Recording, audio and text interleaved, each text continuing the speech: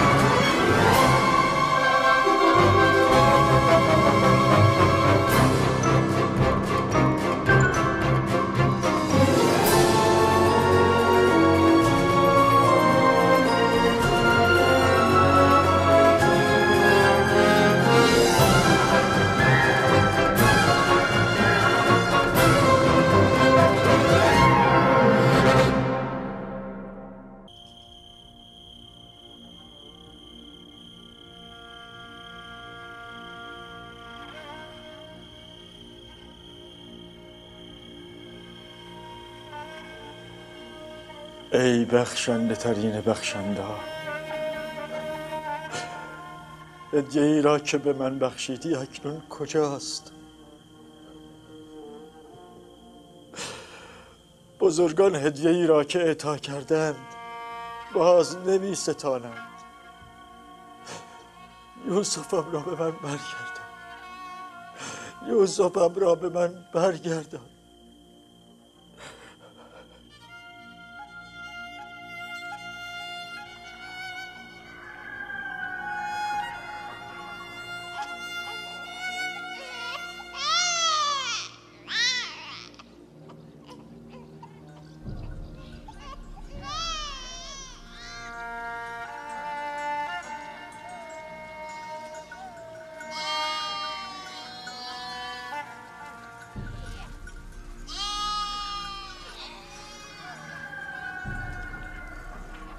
هر کجا هستی خدا نگهدارت باد. من یقین دارم که تو زنده ای.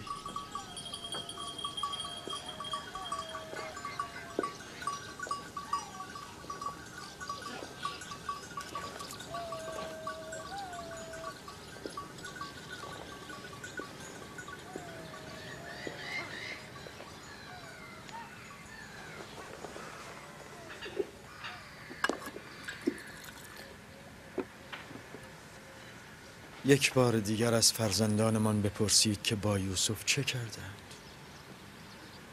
شاید این بار به خطای خود اقرار کنند و حقیقت را بگویند. شما از کجا این همه اطمینان دارید که یوسف نمرده؟ به دو دلیل. پیراهنی که هنوز سالم است و گرگان را ندریده. دوم قلب سلیمی که به من دروغ نمیگوید. بسیار خوب.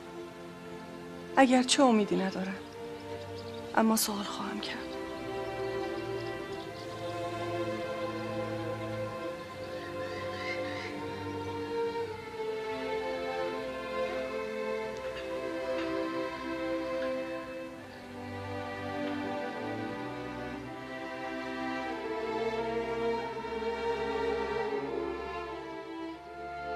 من میخواهم آنها به گناه خویش اقرار کرده توبه کنند. شاید خداوند از گناه آنها بگذرد. به چشم خود که ندیدیم، اما اطمینان داریم که گرگ یوسف را خورد. چند بار بگوییم؟ اگر 1000 بار هم بگویید باز هم دروغ گفته اید. دلم میخواست هنوز کودک بودید تا زیر ضربات تازیانه کبودتان میکرد. اگر گرگ یوسف را دریده بود چرا پیراهنش را سالم آوردید؟ ما هم نمیدانیم. برای ما هم معمایی شده که از آن سر در نمیآوریم. همه تان را نفرین میکنم. شما دروغ میگویید. گرگ یوسف را ندریده. گرگ صفتان او را دریدند. گرگ صفتان.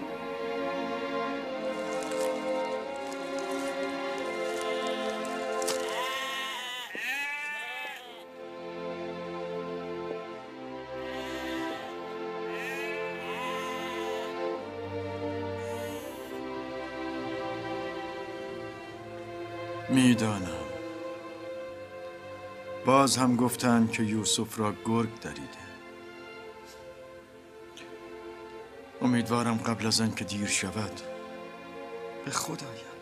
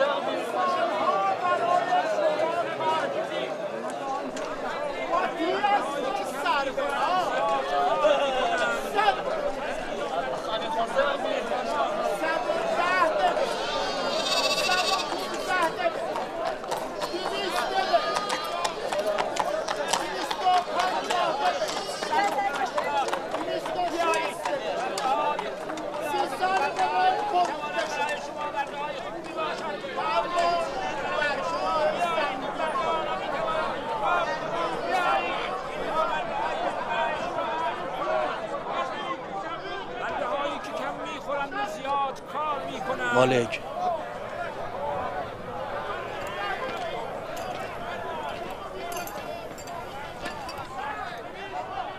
او را نفروش.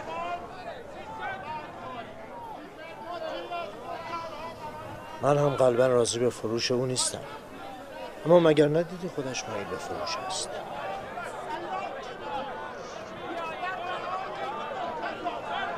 قیمت این غلام چند است؟ من برده فروشی نمیدانم، اما همین قدر میدانم که غلامی زیبا و باهوش و باسواد. هنرهای دیگری هم دارد که قیمت او را بالا میبرد. من او را ارزان نمیفروشم.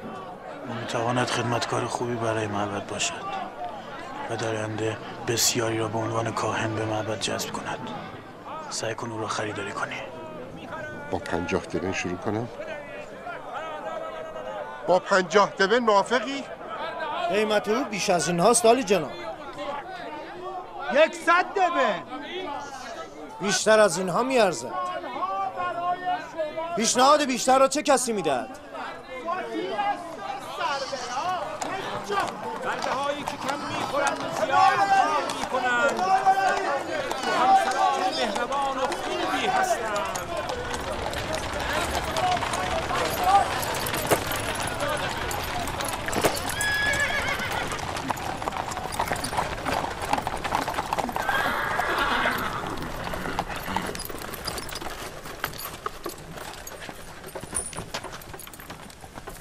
باید به حسن انتخاب جناب پوتیفار تبریک گفت. ایشان بهترین جا را برای خرید برده انتخاب نمودند. خوش آمدید، خوش آمدید. امیدوارم که این برده ها بتوانند موجب رضایت شما از بنده گردند.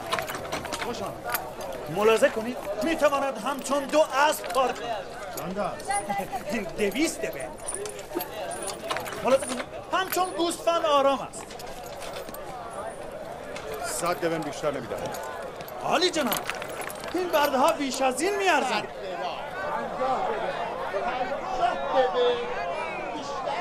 من در امید به کتابی بسیار خریدم و در افسانه چنین همه این نقاشی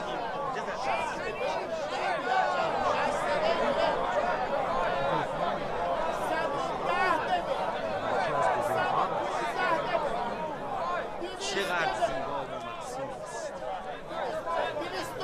250 دبن.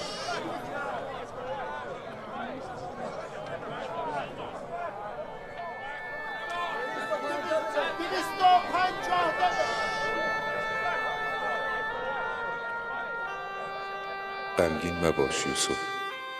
امروز اینان مشتری تو اند، یک روز تو همه اینان را خریداری خواهی کرد. اینان از من چه میخواهند؟ چرا اینجا جمع شدند؟ زیبایی در وجود همه هست اما عیان نیست. در تو گوهر وجود انسان به نمایش در آمده. اینان اصل و حقیقت یوسف وجود خود را به تماشا ایستادند. اینا چرا خریدار زیبایی من هستند اما به حقیقت زیبایی درون خود توجهی ندارند؟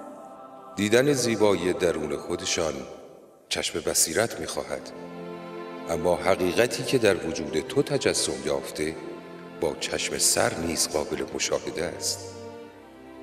بصیرت را هر کسی ندارد یوسف، اما بصر را همه دارد. با این وصف من نیز چون خود آنانم. اگر حقیقت زیبایی درون خود را می شناختند این همه مشتاق خریدن من نبودند. اینان نه مشتاق یوسف که ناخواسته مشتاق دیدار با خلیفه خدا هستند. اشتیاق ملائک را برای زیارت آدم شنیده ای یوسف؟ 250 دبن. 250 دبن. 300 دبن. 300 دبن. 300 دبن. 320 دبن. 350 380 دبن. 400 دبن. بیش از اینها میارزد. پیشنهاد بیشتر را چه کسی میدهد؟ 50 دبن. او بسیار قوی است. میتواند به تنهایی یک گاوهان را بکشد. عالی جناب، این را هم ببر. انتخاب خیلی خوبی داشته. 3 برده می شود به 600 دبن. 50 دبن. 50 دبن. بیشتر بیاد. 55 دبن. 60 دبن. عالی جناب، برده های بسیار خوبی هستند. 300 دبن بگو. بیش از اینها میارزند. 300 دبن. 320 دبن.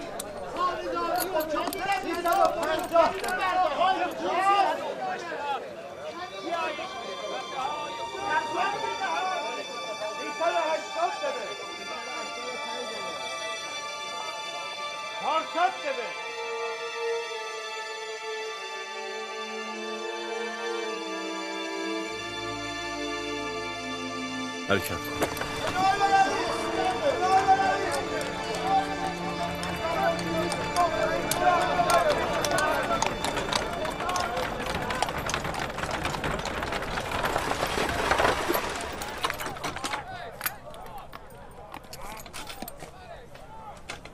یک 1010 دبن 1020 دبن 1100 دبن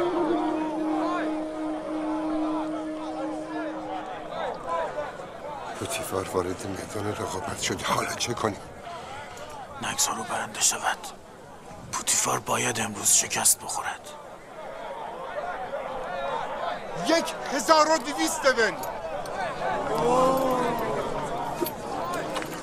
1300 دبن 1300 دبن. کسی بیشتر خریدار نیست؟ هرچند قیمت پیشنهادی برابر با 8 تا 10 برده است، اما عیبی نیست. سعی کن در رقابت از پوتیفار عقب نمانی.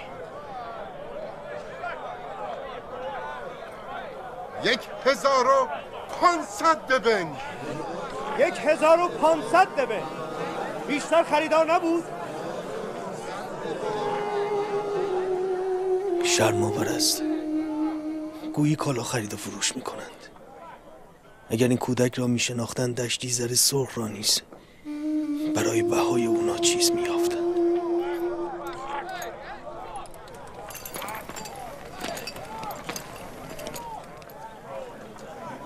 2000 2 برابر 3000 دبن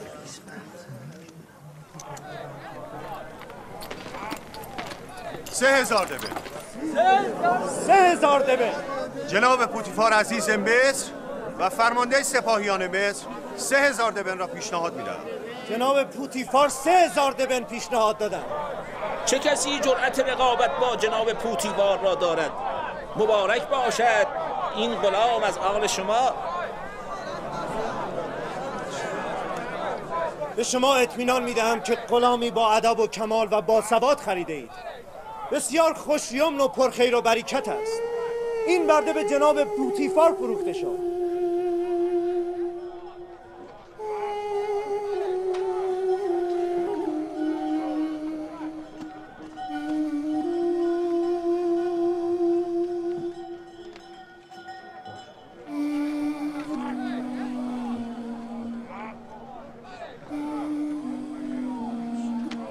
حرکت کن.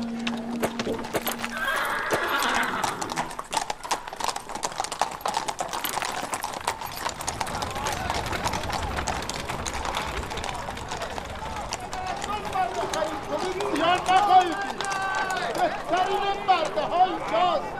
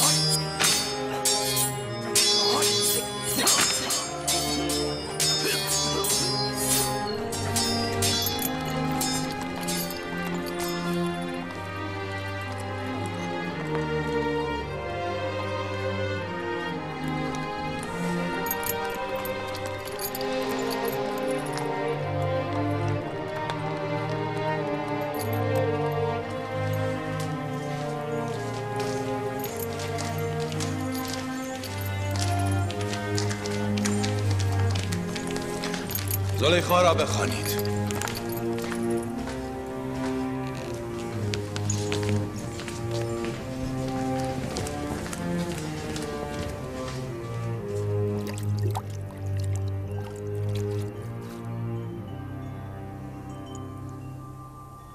این دردانه یگانه را از کجا آورده اید عالی جناب؟ خریدم، آن هم به قیمت گزاف. هرچه پرداخته باشید باز هم کم است. آن ابلهی که چنین گوهری را فروخته باید به غرب فرستاده شود، به دنیای مردگان. همه برده می فروشند که زر و گوهر به دست آورند. این برده فروش نادان چنین گوهری را فروخته که چه به دست آورد؟ شما بزرگوارید، من برده بیش نیستم. به قصر پوتیفار خوش آمدی پسر جان. سپاسگزارم عالی جناب. نیامده دلتنگمان شدیم؟ می توانم علت احضار خود را جویا شوم؟ این هدیه را میپسندی؟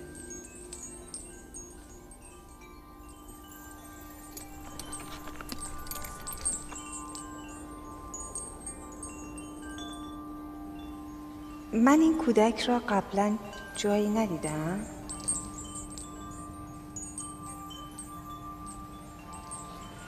در عالم خواب یا شاید هم نمیدانم، به هر حال در نظرم آشناست.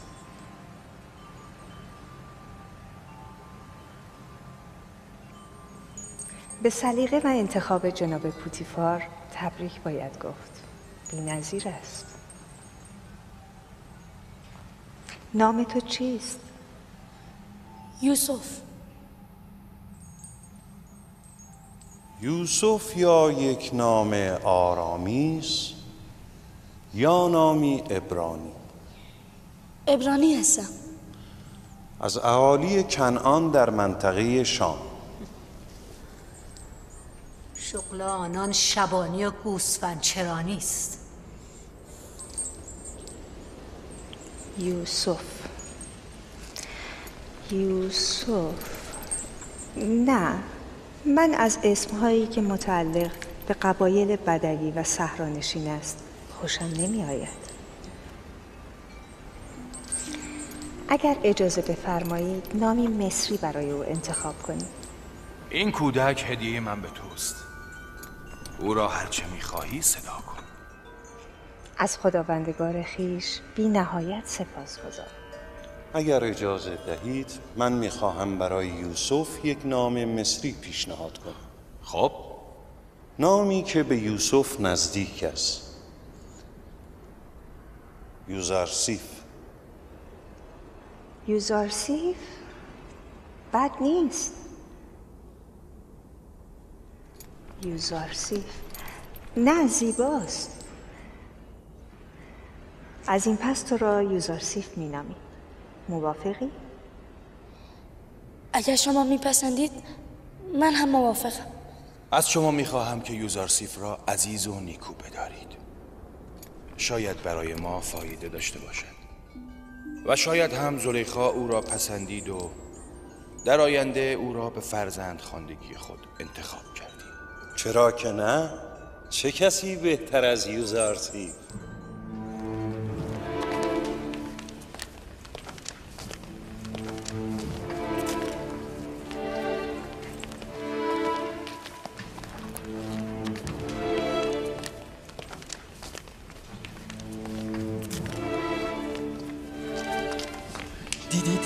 دیدی چقدر زیبا بود؟ زیباتر از او رو در تمام عمرم ندیده بودم. یعنی او برده است؟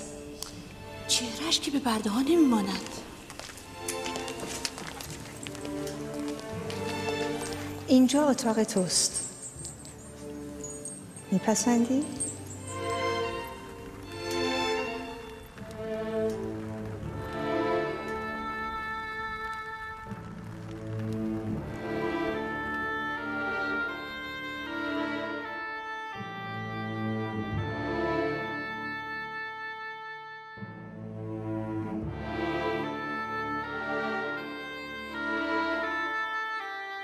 سپاسگزارم بانو، خیلی زیباست.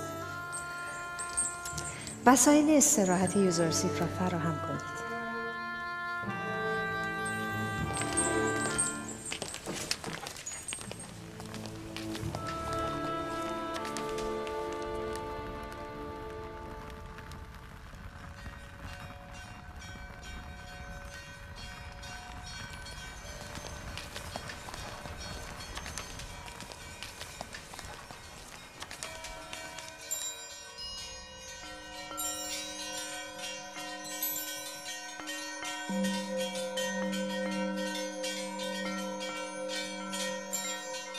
پروردگارا، تو را سپاس میگویم که مرا از بردگی نجات داده و آسایش و راحتی را به من عنایت کرده ای.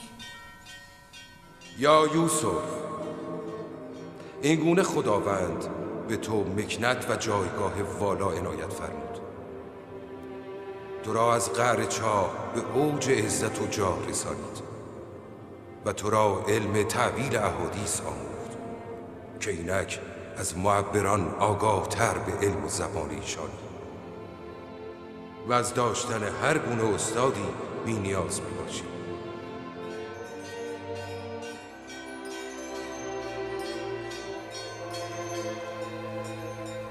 سپاسگزارم پروردگار مهربانم، سپاسگزارم.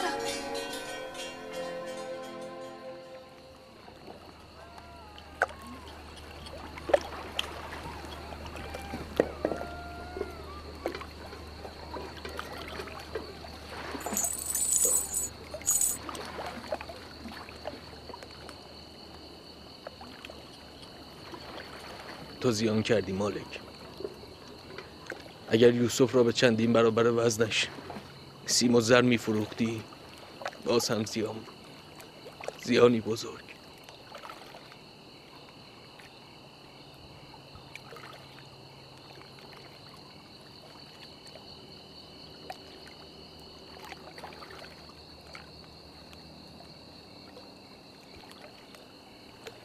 هیچ معلوم هست چه میگویی؟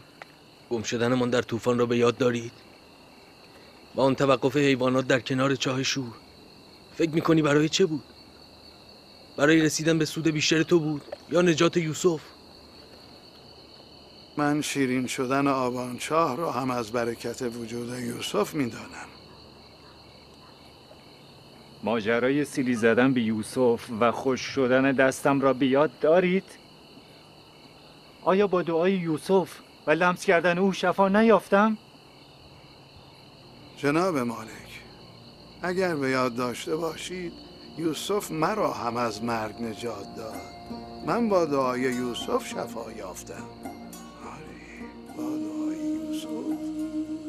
به یمن وجود یوسف آن همه سود کردید و این همه زر به دست آوردید. یوسف انسان عادی نبود. اینها همه معجزه است و فقط از انبیاء الهی برمی‌آید. چرا من متوجه نشدم؟ اصلا یوسف که بود؟ چرا از اصل نسبش نگفت؟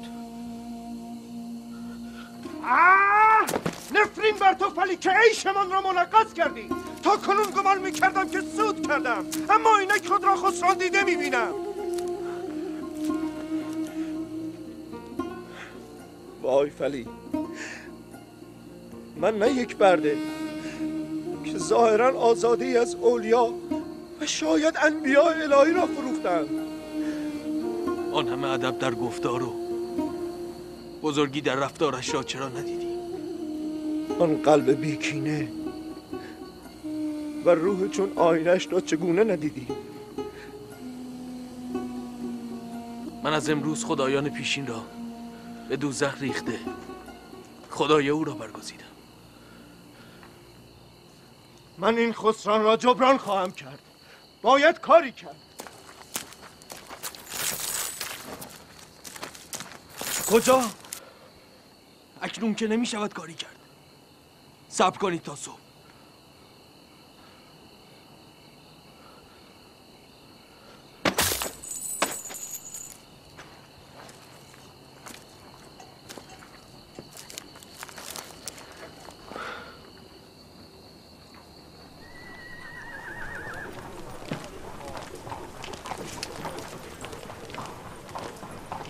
قصر جناب پوتیفار کجاست؟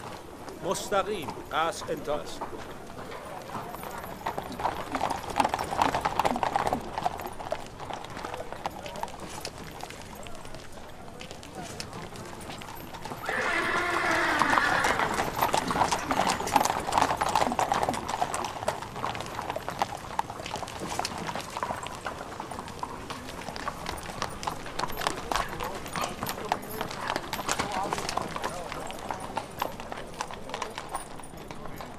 آهای اینجا چه میخواهید؟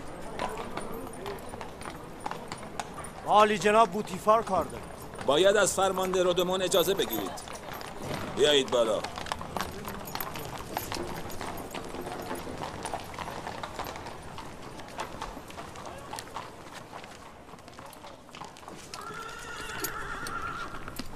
جناب فرمانده، اینان میخواهند عالی جناب پوتیفار را ببینند. با عزیز مصر جناب پوتیفار چه کاری دارید؟ یک برده به او فروخته ایم. بگویید مالک قبلی برده‌ای که دیروز خریداری کرده اید آمده. پرسیدم چه کاری دارید؟ مقداری سکه اضافه از او گرفته ایم. فقط هم به خود او میده.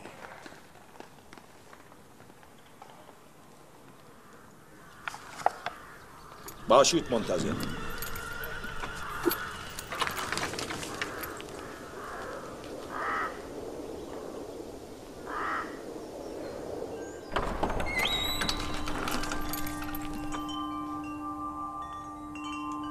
چه شده رودامون؟ تاجری که دیروز به شما برده فروخته تقاضای ملاقات دارد.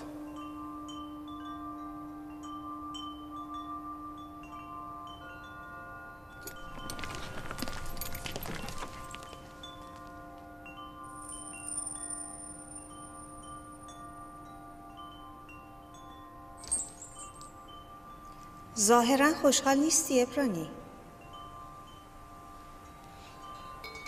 از اینجا بودنم خوشحالم، اما از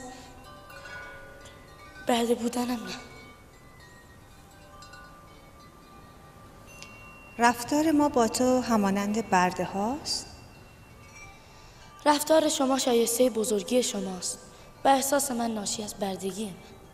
آفرین، پاسخی حساب شده و به جا بود. من به او امیدوارم عالی جناب. او خواندن و نوشتن هم میداند. با این وصف همه چیزش خوب است مگر زبانش که باید قدری کوتاه شود. بانو اطمینان داشته باشند که زبان بیهودگویی ندارم و بی اذن جناب پوتیفار و ایشان سخنی نخواهم گفت. آفرین، اینطور بهتر است. تو اهل کجایی؟ نام پدر مادرت چیست؟ برای شما چه فرقی می کند بانو؟ بیابانگردی و پیشینه گوسفند چرانی که گفتن ندارد. کسی از شما نظر خواست؟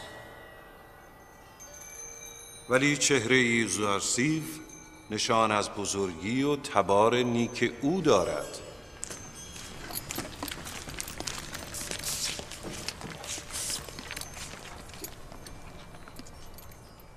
چه شده تاجر؟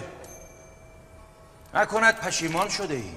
آری نه پیش از آن که علت حضورم را عرض کنم اجازه میخواهم دقایقی را با یوسف خلوت کرده و برای آخرین بار ودا کنم. میفهمم. بودن با یوزارسیف تعلق خاطر ایجاد میکند. آنها را به تالار مجاور راهنمایی کن.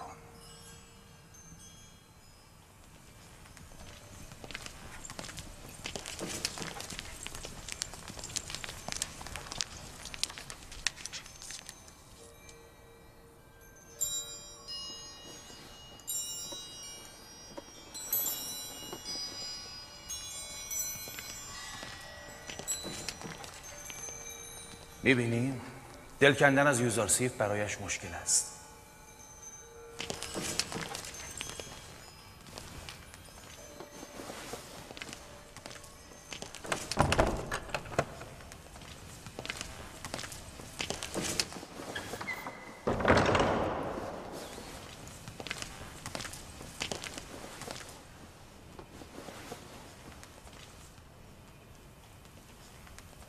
من آمدم تا نام و نشان تو را بپرسم و تا نگویی باز نخواهم گشت.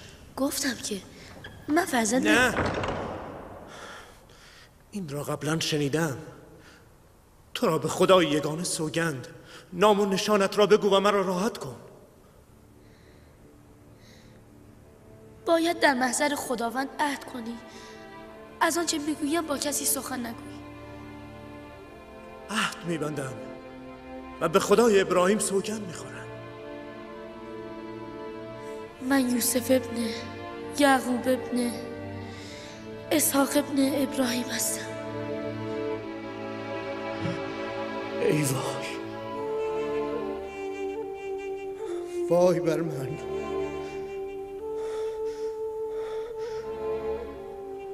ما پسرمو هستی.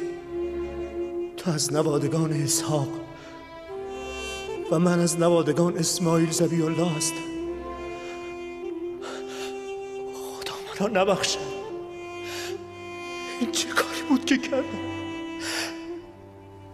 چرا تو را فروختم؟ من میدانستم ما پسرمو هستی و اصلا از فروش خود گله من نیستم. من باید به مصر می آمدم و فروخته می شدم. این حوادث اراده خداوند و مقدمه یک واقعه بزرگی است. باید حدس می زدم که با آن همه معجزه تو یک انسان معمولی نیستی. تو یک پیامبری. وای بر من که پیامبری را به بردگی فروختم. این ننگ را کجا برم؟ آرام باشید، برخیزید. گفتم که این حادثه باید رخ میداد. من برای انجام رسالت خویش باید به مصر می آمدم. تو فقط وسیله خیر شدی. من از تو سپاسگزارم. این خطا رو جبران میکنم.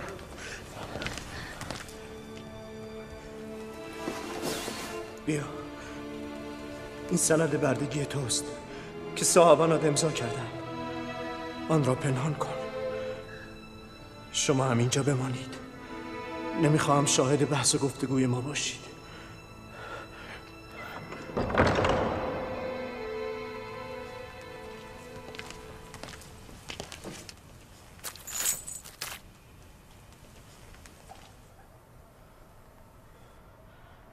من از محضر عالی جناب پوتیفار عزیز مصر پوزش میخواهم، ولی ناچارم از ایشان تقاضای فسخ معامله کنم. بنده یوسف را نمیفروشم.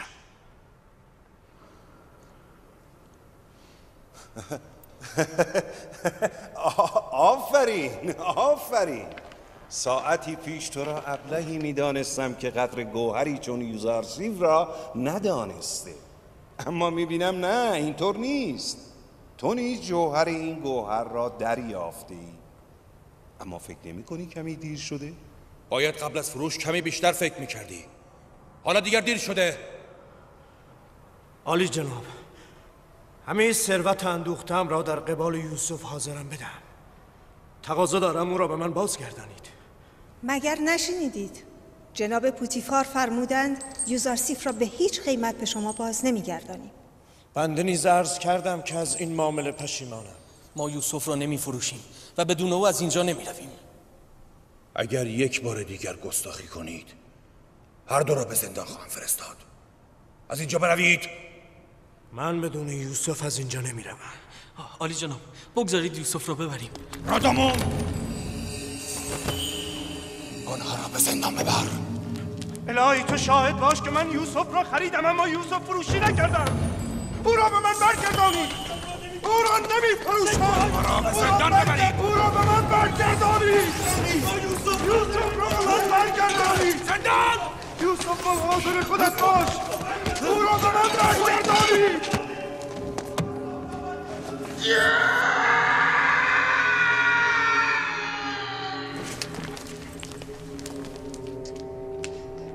عالی جناب، ببخشیدشان. آنها به خاطر من خود را به خطر انداختند.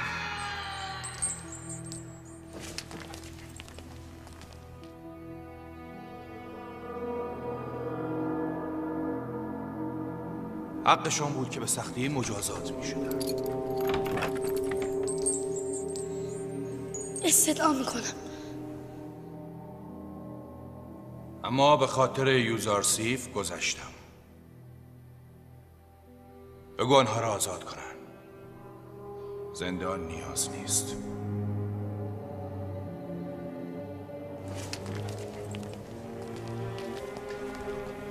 یوزارسیف، تو چه داری که این برد فروش حاضر است همه زندگیش رو فدای تو کند؟ چه بگویم بانو؟ من از نزد خود چیزی ندارم. موجود ضعیفی چون یوسف از خود چه دارد؟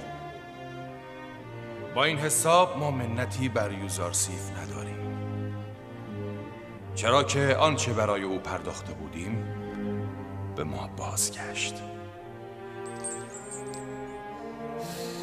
من قد نشناس نیستم عالی جناب و محبت‌های شما را با دینار و دبن عوض نخواهم کرد. من از این هدیه ارزنده بسیار سپاسگزارم. کاری ماما، یوزارسیف را استحمام کرده لباس نو بپوشانید و نزد من بیاورید. اطاعت بانوی من.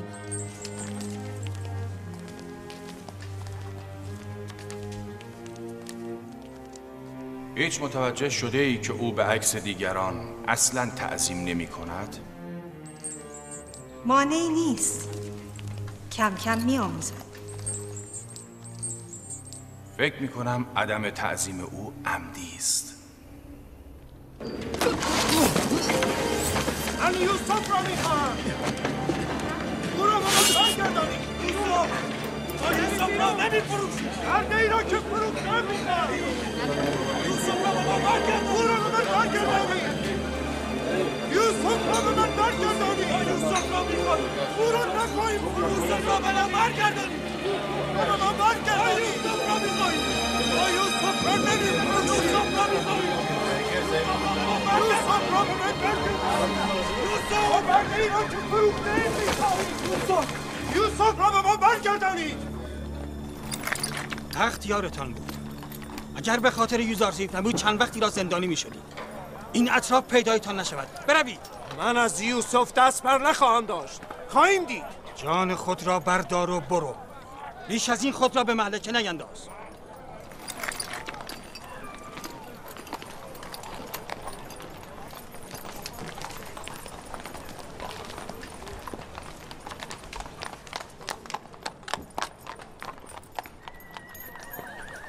پوتیفار و همسرش مثل من احمق نیستن تا گوهری چون یوسف را به سهولت از دست بدن. ما زیان کردیم فلی، زیان کردیم. تو زیان کردی نه من. به لطف خداوند من سود کردم. بزرگترین سود زندگیم را. سود کردی؟ چطور؟ تو یوسف را از دست دادی بدون آنکه چیزی به دست آوری. اما من در ازای از دست دادن یوسف خدای یوسف را به دست آوردم. شب گذشته در کاروانسرا خدایان سنگی را وانهادم و از یوسف گوهر یکتاپرستی را به دست آوردم. آری، به خدا که من زیان کردم. اگرچه پیامبر خدا را نفروختم، اما تا پایان عمر هیچگاه خود را نخواهم بخشید. من به دیار خیش رفته از این پس به ترویج یکتاپرستی خواهم پرداخت.